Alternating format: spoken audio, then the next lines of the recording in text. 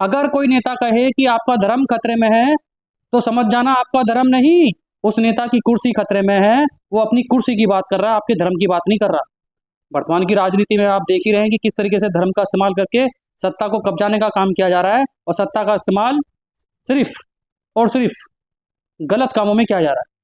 सबसे बड़ी विडंबना हमारे देश में ये चल रही है कि अब जो राजनीति चल रही है और धर्म का इस्तेमाल जो आज देश की राजनीति में हो रहा है, सिर्फ सत्ता से पैसा और पैसे से सत्ता का जो काम है, वो खेल आज हमारे देश की राजनीति में चल रहा है।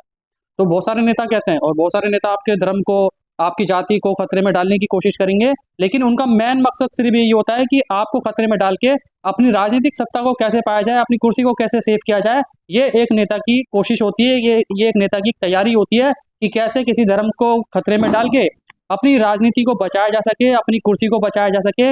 ये एक नेता की विचारधारा होती है।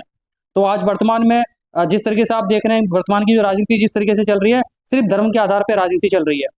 नेताओं का मकसद यही होता है कि ज़्यादा से ज़्यादा वो आपके जो महत्वपूर्ण मुद्दे हैं, अगर हम बात करें शिक्षा की, अगर हम बात करें रोजगार की, अगर हम बात करें देश के डेवलपमेंट की, सड़क, पानी, बहुत सारे ऐसी सुविधाएं हैं जिसके विषय में वो बात नहीं करेंगे, लेकिन आपके धर्म को खतरे में डाल के अपनी कुर्सी को बचाने का जो काम है, वो आज के नेता, वर्तमान के नेता करने का काम कर रहे हैं।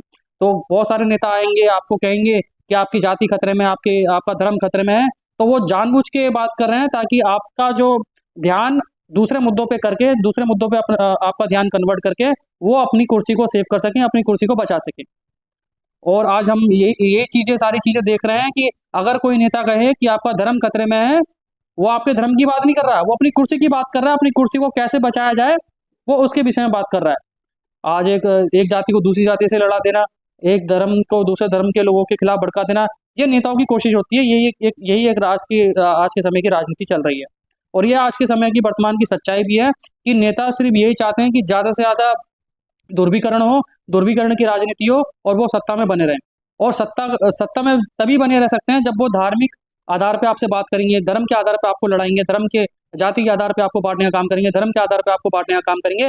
ये नेता की एक मानसिकता होती है। और जो पॉलिटिशियन होते हैं वो समझ जाते हैं कि अगर एक क्षेत्र में पर्टिकुलर जाति के लोग रहते हैं, तो और दूसरी जाति के लोग कम है या दूसरे धर्म के लोग कम है, तो कैसे उनमें आपस में एक मतभेद तैयार करके, एक जो है टकराव पैदा करके अपनी सत्ता को बचाया जाए।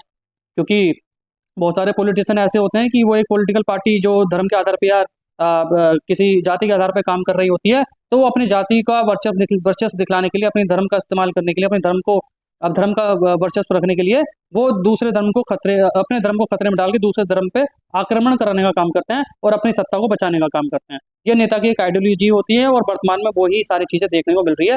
तो आज लोग, ये वर्तमान में जो नेता वो यही कहेंगे, वो आपके धर्म का इस्तेमाल करेंगे, आपकी जाति का इस्तेमाल करेंगे, ध्रुवीकरण की राजनीति करने का काम करेंगे, ताकि आपके धर्म का इस्तेमाल करके आपके धर्म और जाति को खतरे में डाल के राजनीतिक सत्ता को पाया जा सके, राजनीतिक सत्ता पे काबिज होने का काम किया जा सके। उनकी जो आइडियोलॉजी होती है, उनकी जो विचारधारा होती है, वो यही होती है कि ज़्यादा से ज़्यादा हम जितना ध्रुवीकरण कर सकते हैं, उतना ही लोगों को, हमारी सत्ता को फायदा होगा, हमें फायदा होगा, और हमें राजनीति में वर्चस्व रखने का एक मौका मिल जाएगा। तो ये नेता की आइडियोलॉजी होती है, ये नेता की विचारधारा होती है। अगर कोई नेता कहे कि आपका धर्म खतरे में है, तो समझ जाना आपका धर्म नहीं, उस नेता की कुर्सी खतरे में है। वो अपनी कुर्सी की बात कर रहा है, अपनी कुर्सी को बचाने की कोशिश कर रहा है, अपने राजनीतिक वर्चस्व को बचाने की कोशिश कर रहा है, और उसको जो खतरा है वो अपनी कुर्सी का खतरा लग रहा है। तो इसलिए वो धर्म की बातें कर रहा है। आपके मेन मुद्दों से आपको भटका के, आपके मेन मुद्दों से आपको हटा के, सिर्फ वो अपनी राजनीतिक सत्ता को बचाने का काम कर रहा है, अपनी राजनीतिक सत्ता को बचाने का प्रयास कर रहा है।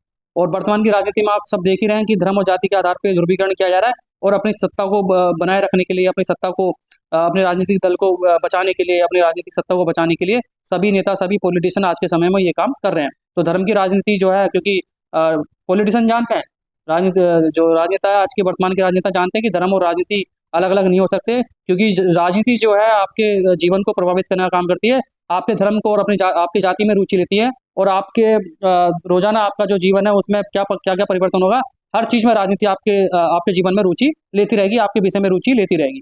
तो वर्तमान में जो राजनीति चल रही है वो धर्म जाति के आधार पर राजनीति चल रही है, और नेता इसी चीज़ का बेनिफिट लेके आपकी धर्म जाति का इस्तेमाल करके, ध्रुवीकरण करने का काम करके, अपनी सत्ता को बचाने और अपनी सत्ता को सेव करने के लिए वो ये सभी काम, अपने हथकंडे आजमाने का काम करता है। तो ये आज वर्तमान की राजनीति की सच्चाई है। तो वो आपके धर्म की बात नहीं कर रहा, वो आपकी जाति की बात नहीं कर रहा।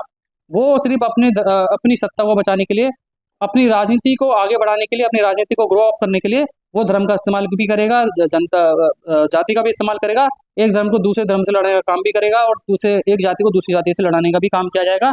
और तभी जाके उसकी सत्ता बच पाएगी, तभी जाके उसकी कुर्सी बच पाएगी। क्योंकि ज़्यादातर राजनीतिक दल जो होते हैं, जब भी वो किसी क्षेत्र में अगर कोई वो सीट जीतनी है, तो उनका कोशिश ये रहता है कि ज़्यादा से ज़्यादा हम ध्रुवीकरण करें, और किसी एक जाति या धर्म के लोगों को खतरे में डाल के अपनी राजनीतिक सत्ता को बचाया जा सके, अपनी राजनीति को और अपनी पार्टी का जो वर्चस्व है, और जिस जगह उनका वर्चस्व नहीं है, जिस जगह उनकी पार्टी की सत्ता नहीं है, उस राज्य में अपनी वर्चस्व को रखने के लिए, अपनी सत्ता को रखने के लिए, अपनी सत्ता को बचाने के लिए, अपनी सत्ता को कायम करने के लिए, राजनीतिक वर्चस्व को बनाए रखने के लिए वो आपके धर्म को, आपकी जाति का इस्तेमाल करके, आपके धर्म और जाति को खतरे में डाल के राजनीतिक सत्ता में प्रवेश करने का काम करेंगे। और आपके जो अहम मुद्दे हैं, आपके जो मेन मुद्दे हैं, उनसे आपको भटकाने का काम किया जाएगा। और आज की जो राजनीति है वो इसी आधार पर चल रही है, क्योंकि नेताओं की मजबूरी हो गई है। अगर हम जाति धर्म की बात नहीं करेंगे तो हमारी राजनीतिक सत्ता खत्म हो जाएगी, हमारा राजनीतिक पॉलिटिकल करियर जो है वो पूरी तरीके से तबाह हो जाएगा। क्योंकि हमारे भारत की जो आइडियोलॉजी और साइकोलॉजी, भारत जो वर्तमान के नेता है वो अच्छी तरीके से जानते हैं कि हमारे भारत की आइडियोलॉजी और साइकोलॉजी क्या है, और उसके आधार पर ही सभी नेता जो हैं वो काम करने का अपनी सत्ता को बचाने का प्रयास करते हैं, अपनी कुर्सी को बचाने का प्रयास करते हैं। तो धर्म और राजनीति अलग नहीं हो सकते। पूरा राजनीति का जो नियंत्रण होता है वो धर्म पे होता है, पूरा कंट्रोल जो होता है वो राजनीति के पास होता है, और आपका जीवन जो है वो भी राजनीति के पास ही, जो जीवन है आपका, वो भी राजनीति कंट्रोल करने का काम करती है। आपके धर्म जाति में भी जो रुचि लेती है वो राजनीति लेती है। तो आप राजनीति से बच नहीं सकते। आप हर जगह राजनीति आपके समक्ष रहेगी, आपके साथ रहेगी, और जिंदगी भर आपके साथ राजनीति रहने वाली है। तो आप राजनीति में रुचि लेना लें, लेकिन राजनीति आप में पूरी पूरी रुचि लेती है। मैं ये बात मैं ऑलरेडी पहली वाली वीडियो में बता चुका हूँ। तो मैंने आपको बताया कि अगर कोई नेता कहे कि आपका धर्म खतरे में है, तो समझ जाना आपका धर्म नहीं, उस नेता की कुर्सी खतरे में है। वो अपनी कुर्सी की बात कर रहा है, आपके धर्म की बात नहीं कर रहा। तो यही वर्तमान की राजनीति चल रही है, और धर्म का इस्तेमाल करना राजनेताओं का अब एक पेशा बन गया है। वो उनकी मजबूरी हो गई है कि जब तक वो बात नहीं करेंगे, जब तक उनकी राजनीतिक सत्ता बचने वाली नहीं है, राजनीतिक सत्ता उनकी खत्म हो जाएगी। तो उनको डर है अंदर से कि हमारी सत्ता खत्म ना हो जाए, हमारी सत्ता कायम रहे, हमारी पार्टी की सत्ता कायम रहे। इसलिए वो आपके धर्म का और आपकी जाति को खतरे में डाल के अपनी राजनीतिक सत्ता को बचाने के लिए, अपनी कुर्सी को बचाने के लिए काम कर रहे हैं।